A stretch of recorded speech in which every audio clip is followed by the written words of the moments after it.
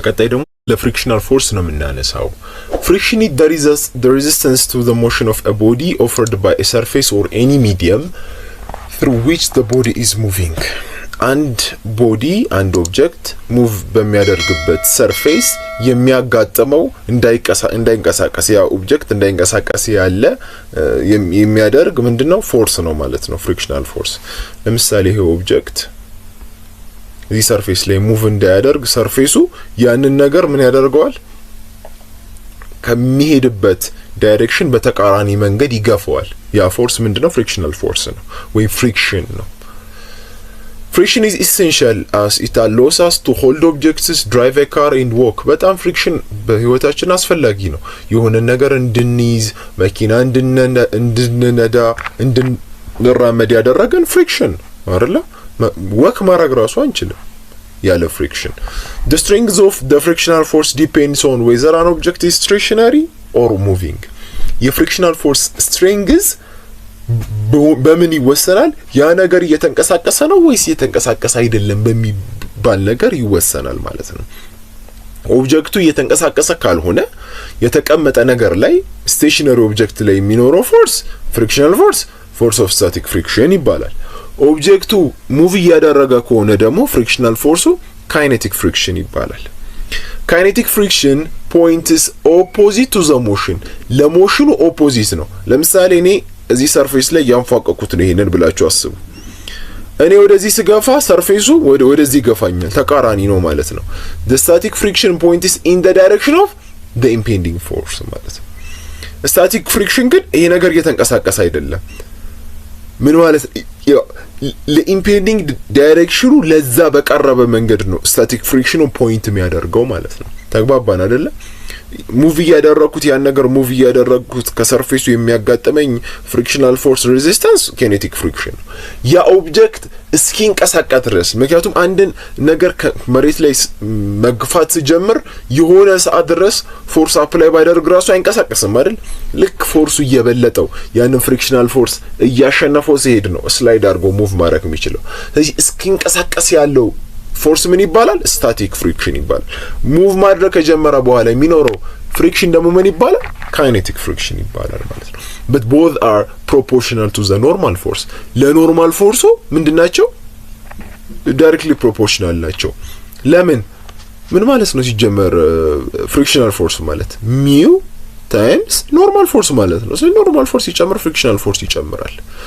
ለስታቲክ ፍሪክሽን we have static friction less than or equals to mu for static friction times normal force. This is the coefficient ማለት ነው። the coefficient of static friction ይባላል። this is an inequality። ለምንድን ነው inequality የሆነው? less than or equals to ነው ያለው። ለምንድን ነው equals to ያለው? because the force of static friction can take on smaller values if less force is needed to hold an object in a place. ኢኳሊቲ የሆነበት ምክንያት ምንድነው? የስታቲክ ፍሪክሽኑ ፎርስ they can take on smaller value ሊይዝ ይችላል if less force is needed ማለት ነው። ትንሽ ፎርስ ከሆነ ለዛ ነገር የሚያስፈልገው ትንሽ ቫልዩ ሊኖረው ይችላል። ለዛ ነው ለዛ ነው equals to የተቀመጠው ማለት ነው። the equality holds when the surface are on the verge of slipping። ልክ ሊንሸራተት on the verge of slipping ማለት በቃ ጫፍ ላይ ደርሶ ልክ ሊንሸራተት ሲል ኢኳሊቲ ነው የሚሆነው። ምክንያቱም ማክሲመም ይሆናል ማለት ነው። ማክሲመም ይሆናል። ከዛ በኋላ ስታቲክ ፍሪክሽኑ ማክሲመም የሚሆነው መቼ ነው? ያ ኦብጀክት on the verge of slipping ሲሆን ለመንቀሳቀስ ጫፍ ላይ ሲደርስ ነው ማለት ነው። ሚው ታይምስ ኖርማል ፎርስ ያለው ይሄ ነው። ይሄ ሲቹዌሽን ኢምፔንዲንግ ሞሽን ይባላል። ምን ማለት ነው? ልክ ሙቭ ሊያደርግ ሲል ያለው የመጨረሻው ፍራክሽን ኦፍ ሰከንድ ማለት ነው። ለካይኔቲክ ፍሪክሽን ደግሞ ካይኔቲክ ፍሪክሽን ኢዝ ኢኳልስ ቱ ተመሳሳይ ነው ፎርሙላው ኮኤፊሺየንት ኦፍ ካይኔቲክ ፍሪክሽን ታይምስ ኖርማል ፎርስ ነው። ይሄ ግን the friction of coefficient የሚባለው ዩኒት የለውም። ተግባባን? ዩኒት ቢኖረው ኖሮ እዚህ ጋር ሲጀመር ፍሪክሽናል ፎርስ ተብሎ እዚህ ጋር ኖርማል ፎርስ ተብሎ ይሄ ዩኒት ስለሌለው ነው ሁለቱም ፎርስ ይሆኑት። ይሄ ኮኤፊሺየንት ኦፍ ስታቲክ ወይም ካይኔቲክ ፍሪክሽን የምንለው ዩኒት ቢኖረው ኖሮ የፍሪክሽናል ፎርሱ ዩኒት አብሮ ይቀየር ነበር ማለት ነው። በምንድነው እሺ ይሄ ኮኤፊሺየንቱ የሚለያየው? በምን ዲፔንድ ይሆናል ካላችሁኝ ዲፔንዲንግ ኦን ዘ ኔቸር ኦፍ ዘ ሰርፌስ ነው። ማለት በጣም ሻካራ ከሆነ ኮኤፊሽንት ኦፍ ካይኔቲክ እና ስታቲክ ፍሪክሽኑ ትልቅ ይሆናል ማለት ነው። ሌላው ኦልዌይስ ማለት ይቻላል ካይኔቲክ ኮኤፊሽንት ኢዝ ሌስ ዛን the coefficient of the static ማለት ነው። በአጠቃላይ ደግሞ ስታቲክ ፍሪክሽን ከካይኔቲክ ፍሪክሽን ይበልጣል። ለምን ይመስላችኋል? እዩ ልክ እንዳልኳችሁ አሁንም የቅድሙን ኤግዛምፕል ላምጣ። እቺ ነገር ልገፋት ነው ወደታች እዚህ ድረስ ለማድረስ አስቤያለሁ። ልክ መጀመሪያ ይሄ ኦብጀክት እስኪንቀሳቀስልኝ ድረስ በጣም ከፍተኛ ፍሪክሽን አለ። አንድ መንቀሳቀስ ከጀመረ በኋላማ ስላይድ እያደረገ ነው የሚሄደው አይደል? ተግባብተናል አይደል?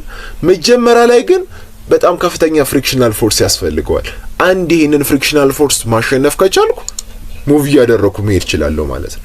ለዛ ነው ስታቲክ ፍሪክሽን ካይኔቲክ ፍሪክሽንን የሚበልጠው ማለት ነው። and the coefficient of friction are nearly independent of the area of the contact። ይሄ ነገር በጣም ይሸውዳል። የፍሪክሽን ወይ ደግሞ የኮኤፊሽንት ኦፍ ፍሪክሽን በኤሪያ ኦፍ ኮንታክት ዲፔንድ አይሆንም። ለምሳሌ ይሄ ሰፊ ስለሆነ ኤሪያ ኦፍ ኮንታክቱ ይሄኛው ኦብጀክት ከሰርፌሱ ጋር ያለው ኤሪያ ኦፍ ኮንታክት ትልቅ ቢሆን ትንሽ ቢሆን ኦልሞስት ከሱ ጋር ምንም አይገናኝም። ፍሪክሽናል ፎርስ በኤሪያ ዲፔንድ አይሆንም ጭራሽ። ተግባባን? በኤሪያ ኦፍ ኮንታክት ቢትዊን ዘ ሰርፌስ ፍሪክሽናል ፎርስ ዲፔንድ አይሆንም። በምኑ ዲፔንድ የሚሆነው? በራፍነሱ። ሻካራ ከሆነ ፍሪክሽናል ፎርሱ ትልቅ ይሆናል። ተግባባን? አሁን አፕሊኬሽንን እንግባ። እንዴት ነው ኒውተንስ ሎ ኦፍ ሞሽንን አፕላይ የምናደርገው? እነዚህን ሶስት ነገሮችን ነው የምናየው። ለእያንዳንዱ ብዙ ነገር ነው የምናየው። ኦልሞስት ወደ 6 or 7 ነገር እናያለን ካልተሳሳትኩ። 7 ነገር ማለት ነው፣ ወይም 8ም ሊደርስ ይችላል። ስለዚህ እንዴት ነው ኒውተንስ ሎን አፕላይ የምናደርገው ይሆናል ቀጣዩ ስራችን። So applying Newton's law to problems with 2 or more objects ወይም ሁለት ወይም ከሁለት በላይ ኦብጀክቶች ላይ እንዴት ነው የኒውተንስ ሎን አፕላይ የምናደርገው? የመጀመሪያው ፍሪ ቦዲ ዲያግራም። ለዳይናሚክስ በጣም ወሳኙ ነገር ፍሪ ቦዲ ዲያግራም መስራት መቻላችሁ ነው። ምንድነው ፍሪ ቦዲ ዲያግራም ማለት? እናየዋለን። ፍሪ ቦዲ ዲያግራም ከሰራችሁ የጥያቄውን ኦልሞስት 80% አግኝታችሁታል ማለት ነው። ትክክለኛ ፍሪ ቦዲ ዲያግራም ማስቀመጥ ካልቻላችሁ ዩዝ ኤ ሰፓሬት ኮኦርዲኔት ሲስተም ፎር ኢች ኦብጀክት። ሌላው ደግሞ በኤክስ ዳይሬክሽን ያለውን እና በዋይ ዳይሬክሽን ያለውን በታትኝ ያስቀምጠዋለሁ። ሪሜምበር ኢፍ ቱ ኦብጀክትስ ተች ዘ ፎርስስ ዘ ኤግዘርት ኦን ኢች አዘር አር ኢኳል ኤንድ ኦፖዚት። ሁለት ኦብጀክቶች እንደዚህ ከተሰጣችሁ ትልቅም ሊሆን ይችላል ይሄ ከፈለገ ይሄ እዚህ ላይ የሚያሳድረው ፎርስ ይሄ እዚህ ላይ የሚያሳድረው ፎርስ ተመሳሳይ ነው፣ ነገር ግን ኦፖዚት ነው። ይሄን እንዳትረሱ እያለን ነው። ሁለተኛው ቅደም ተከተል ወይም ደግሞ ሁለተኛው ስትራቴጂ ፕሮብሌም ሶልቪንግ ስትራቴጂ አፕላይ ኒውተን ሰከንድ ሎ ቱ አን ኦብጀክት። ኒውተን ሰከንድ ሎን አፕላይ ማድረግ ምን ማለት ነው? ኒውተን ሰከንድ ሎን አፕላይ ማድረግ ማለት እዚህ ጋር ሁለት ኦብጀክቶች ኢንተራክት ያደርገው መጨረሻ ላይ ማገኘው ኔት ፎርስ ምን ተብሏል? F is equals to m ይሄ አይደለ? እቺን አፕላይ ያደርጋለሁ። እዚህ ጋር ኢንተራክት ያደረጉት ኦብጀክቶችን ኔት ፎርስ ከምን ጋር ኢኳል አደርጋለሁ? ከማስ ታይምስ አክሰለሬሽን ጋር ኢኳል አደርጋለሁ። ይሄ ደግሞ ኒውተን ሰከንድ ሎ ነው። ሶስተኛ solve the simultaneous equations together with any equation describing interaction and constraints for unknown quantity። ከዛ በኋላ simultaneous equationዎችን solve ማድረግ ነው። remember that you must have as many independent equations as you have unknowns to obtain a complete solution። ስለዚህ በቻላችሁት መንገድ ብዙ ኢኩዌሽን ለማምጣት ሞክሩ። ምክንያቱም ብዙ ማታውቁት ቫሪያብል ስለሚኖር ያንን ካልኩሌት ለማድረግ ይጠቅማችኋል። make sure your answer is consistent with the free body diagram that you have created ማለት ነው። እስኪ የመጀመሪያውን እኔ ከቀላሉ ነው የምንነሳው። a motion by a horizontal force on a rough surface። እቺ ራፍ የምትባል ቃል ከገባች ምን እያለን ነው? በተዘዋዋሪ ፍሪክሽን አለ ማለት ነው። ፍሪክሽን ከሌለ for a frictionless surface ተብሎ ይሰጣቸዋል ጥያቄ ላይ። ብዙ ጊዜ ራፍ ሰርፌስ ካለ አብሮ ፍሪክሽን ይኖራል፣ የግድ ነው። ስለዚህ እንዴት ነው የሆነ ኦብጀክት ወደዚህ ፎርስ አፕላይ አድርጌ ራፍ ሰርፌስ ላይ ምገፋው? ኔት ፎርሱ እንዴት ነው? ኢንተራክሽኑ እንዴት ነው? ምን ፎርሶች አሉ? ምን ብያለሁ? ይሄንን ወደዚህ ሙቭ ለማድረግ ስንሞክር ሁሌ ስታቲክ ፍሪክሽን ቤት በኩል ያደርገዋል፣ በተቃራኒ ዳይሬክሽን ይገፋዋል። አያችሁ፣ እኔ ፎርስ ወደዚህ አፕላይ ሳደርግ በዚህኛው ሳይድ ምን መጣ? ፍሪክሽናል ፎርስ። ስለዚህ ስሞል ኤፍ ማለት ፍሪክሽናል ፎርስ ናት፣ ከሞሽኑ ተቃራኒ ዳይሬክሽን። ሌላ ምን ብያለሁ? በዋይ ዳይሬክሽን ዌይት ነው ያለን። ስለዚህ ዌይት እና ኖርማል ፎርስ እኩል ናቸው ማለት ነው። ስለዚህ አራት ነገር ነው እዚህ ጋር ያለው ኖርማል ፎርስ፣ ዌይት፣ the applied force and the frictional force። እሺ since the object doesn't leave the floor and accelerate vertically ይሄንን ያዙልኝ። ይሄ ነገር ለምሳሌ ይሄንን ኦብጀክት ወደ ላይ ባወጣው ኖሮ አክሰለሬሽን ይኖረዋል አይደለ? ስለዚህ የዛኔ ምን ይኖረናል? ኔት ፎርስ ይኖረናል። አሁን ግን ወደ ላይ የተንቀሳቀሰ አይደለም፣ ቨርቲካሊ ምንም አክሰለሬት እያደረገ አይደለም። ስለዚህ አክሰለሬሽን ኢን ዘ ዋይ ዳይሬክሽን ዜሮ ነው። ለምን? ከቦታው አልተነሳማ፣ ወደ ላይ አልተነሳም፣ እዛው በነበረበት ነው ያለው። ይሄ ነገር እየተንቀሳቀሰ ያለው ወደ ምንድነው? ወደ ጎን ነው እየተንቀሳቀሰ ያለው። ተግባብተናል አይደል? ወደ ጎን እየተንቀሳቀሰ ስለሆነ ኢን ዘ ዋይ ዳይሬክሽን አክሰለሬሽን የለኝም። ስለዚህ ኢን ዘ ዋይ ዳይሬክሽን አክሰለሬሽን የለኝም ማለት ኢን ዘ ዋይ ዳይሬክሽን ፎርስ የለኝም ማለት ነው። አክሰለሬሽን ከሌለ ፎርስ ሊኖር አይችልም። because force in the y direction is equal to mass times acceleration in the y direction። ይሄ ዜሮ ከሆነ ይሄም ዜሮ ነው። ስለዚህ ኔት ፎርሱ ስንት ነው ማለት ነው? ዜሮ ነው ማለት ነው። ኤን አረኩ ፖዚቲቭ ነው። ኤምጂን ምን ብዬ ነው ማስበው? ኤን ፕላስ ማይነስ ኤምጂ እንደማለት ነው። በኮንቬንሽን ምን አለ? ፖዚቲቭ ዋይ ዳይሬክሽን ያለውን ፖዚቲቭ አድርገን እንወስዳለን። ኔጌቲቭ ዋይ ዳይሬክሽን ያለውን ኔጌቲቭ አድርገን እንወስዳለን። ፖዚቲቭ ኤክስ ዳይሬክሽን ፖዚቲቭ፣ ኔጌቲቭ ኤክስ ዳይሬክሽን ኔጌቲቭ አድርገን ነው የምንወስደው። ኮንቬንሽን ነው። ሶ ፖዚቲቭ ታይምስ ኔጌቲቭ ኔጌቲቭ ነው። ስለዚህ ኖርማል ፎርስ ማይነስ ኤምጂ ኢዝ ኢኳል ቱ ዜሮ። ስለዚህ ኖርማል ፎርስ ከምን ጋር እኩል ነው? ከዌት ጋር እኩል ነው። መቼ? ሆሪዞንታል ፎርስ ራፍ ሰርፌስ ላይ ኤግዘርት ሲደረግ። እሺ አሁን ደግሞ እንዳልኩ ምን ብለን ነበር? ለዋይ እና ለኤክስ ለብቻ ነው የምንሰራው፣ በታትንን ነው የምንሰራው። አሁን ደግሞ ለኤክስ እንስራ። ኒውተን ሰከንድ ሎ አፕላይድ ኢን ዘ ሆሪዞንታል ዳይሬክሽን ኢምፕላይስ ዛት ፎርስ ኢን ዘ ኤክስ ዳይሬክሽን ኢዝ ኢኳልስ ቱ ማስ ታይምስ አክሰለሬሽን ኢን ዘ ኤክስ ዳይሬክሽን። እሺ አሁንስ አክሰለሬሽን ዜሮ ነው ማለት ይችላል? አልችልም። ምክንያቱም እየተንቀሳቀሰው ነው። ፎርስ አፕላይ እስካደረኩበት ድረስ አክሰለሬሽን ይኖራል። አክሰለሬሽን ካለ ደግሞ ምን አለ? ኔት ፎርስ አለ ማለት ነው። ስለዚህ ወደዚህ ኤፍ ካለ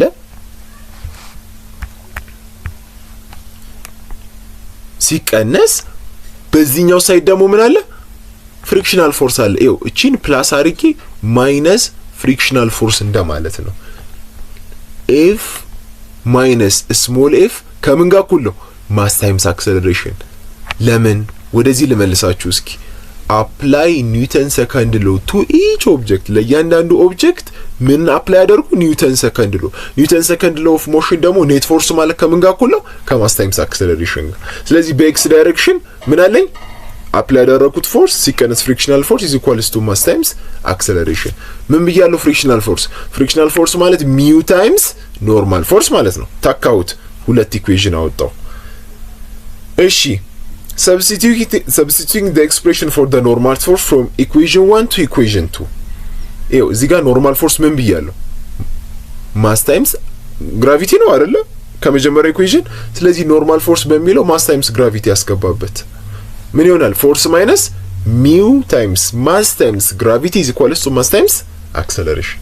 ስለዚህ አሁን እንደዚህ አይነት ጥያቄ ላይ አክሰለሬሽን ፈልግ ሲባል ለአክሰለሬሽን ካልኩሌት ባደረግ እቺን ለምን ማካፈል ነው? ሶሪ ለኤም ማካፈል ነው። ለኤም ሳካፈለው ምን ይሆናል? ፎርስ ኦቨር ኤም ማይነስ ሚው ታይምስ ጂ ይሆናል ማለት ነው። በጣም ቀላል ነው አይደለ? ስፔሻል ኬዝ ይላል ኢፍ ዘ ሰርፌስ ኢዝ ፍሪክሽንለስ። እዩ ራፍ ካለኝ ፍሪክሽን አለ ብያለሁ። ፍሪክሽን ከሌለ ግን እቺ ትጣፋለች። ይሄ አይኖርም ማለት ነው።